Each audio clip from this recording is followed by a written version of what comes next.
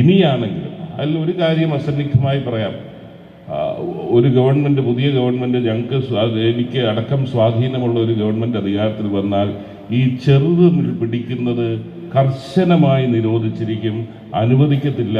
അത് മത്സ്യത്തൊഴിലാളികളുടെ നന്മയ്ക്ക് മാത്രം ഉദ്ദേശിച്ച് ചെയ്യുന്നതാണ് എന്ന് പറയാൻ ഞാൻ ആഗ്രഹിക്കുക. അവിടുന്ന് നമുക്ക് തുടങ്ങണം.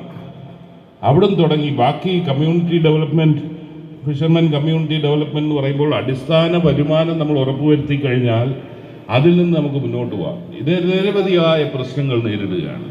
എക്സിസ്റ്റൻഷ്യൽ ത്രെറ്റാണ്, നിലനിൽപ്പിൻ്റെ പോരാട്ടമാണ് മത്സ്യത്തൊഴിലാളികൾ. അതിൽ ഏറ്റവും ഗൗരവമേറിയ ശ്രദ്ധയാകർഷിക്കേണ്ട വിഷയമെന്ന് പറഞ്ഞാൽ ഇവിടെ കടലാക്രമണം, കടലുകയറ്റം രൂക്ഷമായി മുന്നോട്ട് പോകുന്നുണ്ട്. ഓരോ വർഷം കഴിയും തോറും അത് വർദ്ധിച്ചു വരികയാണ്. നമ്മൾ പ്രാദേശികമായി കൊല്ലത്ത് നിന്നുകൊണ്ട് പറയും കരിമണൽ ഖനനം ചെയ്യുന്നതുകൊണ്ടാണെന്ന് പറയും. അപ്പുറത്തോട്ട് ചെല്ലുമ്പം പറയും താന്നിയിൽ അല്ലെങ്കിൽ കൊല്ലത്ത് ഹാർബർ പോർട്ട് വന്നതുകൊണ്ടാണ് അവിടെ കടൽ കയറുന്നതെന്ന് പറയും. ശരിയാണ്. തിരുവനന്തപുരത്ത് ശംഖുവത്ത് കടൽ കയറുമ്പോൾ പറയും വിഴിഞ്ഞം പോർട്ട് വന്നതാണ്. ശരിയാണ്. ഒരിടത്ത് തടഞ്ഞു കഴിഞ്ഞാൽ മറ്റൊരിടത്തൂടെ കടൽ കയറും, അതൊന്നും ഇല്ലെന്ന് ഞാൻ പറയുന്നില്ല.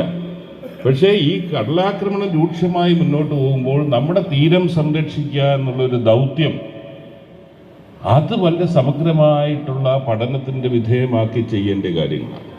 അതുപോലെ കടലിൽ പോകുന്ന മത്സ്യത്തൊഴിലാളികളുടെ സുരക്ഷ. ഞാൻ ഇങ്ങോട്ട് കടന്നു വന്നപ്പോൾ ഞാൻ കണ്ടത് ഈ 100